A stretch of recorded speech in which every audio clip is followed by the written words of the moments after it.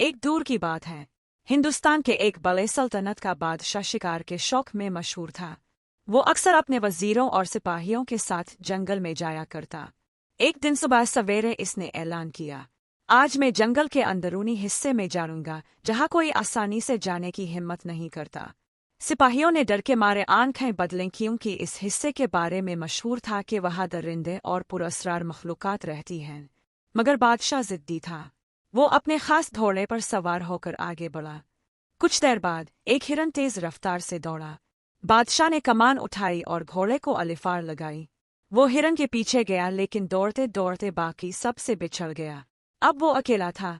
जंगल के दरख्त ऊंचे और घने हो गए और सूरज की रोशनी भी जमीन तक नहीं पहुंच रही थी। माहौल खौफनाक सा हो गया। चलते चलते बादशाह को एक झोंपड़ी नजर आई जो जंगल के ऐन बीच खड़ी थी। वो हैरान हुआ, यहाँ इंसान कैसे रह सकता है। वो अंदर गया तो एक बुजुर्ग बैठे थे, सफेद दाढ़ी, कमजोर जिस्म। बुजुर्ग जख्मी लग रहे थे। बादशाह ने अपना पानी उन्हें पिलाया, पट्टी बांधी और कहा, मैं बादशाह हूँ, तुम यहाँ कैसे फंसे। बुजुर्ग मुस्कराए और बोले, ए बादशाह, ये जंगल आम नहीं है, ये आजमाइशों का जंगल है।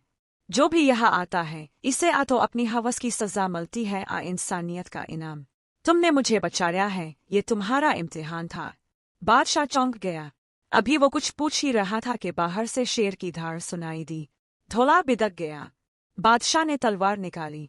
शेर जाड़ियों से निकलकर हमला करने आया, लेकिन इससे पहले कि बादशाह लड़ता, वही हिरन जिसका पीछा बादशाह कर रहा था शेर के सामने आ गया।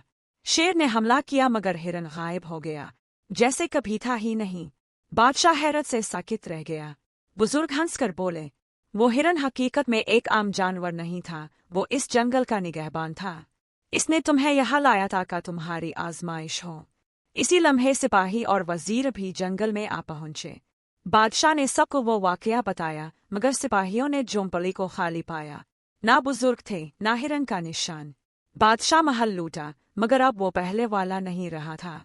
इसे एहसास हो चुका था कि ताकत और शिकार सब वक्ती चीजें हैं। असल अजमत दूसरों की मदद करने और इंसानियत का हक अदा करने में है।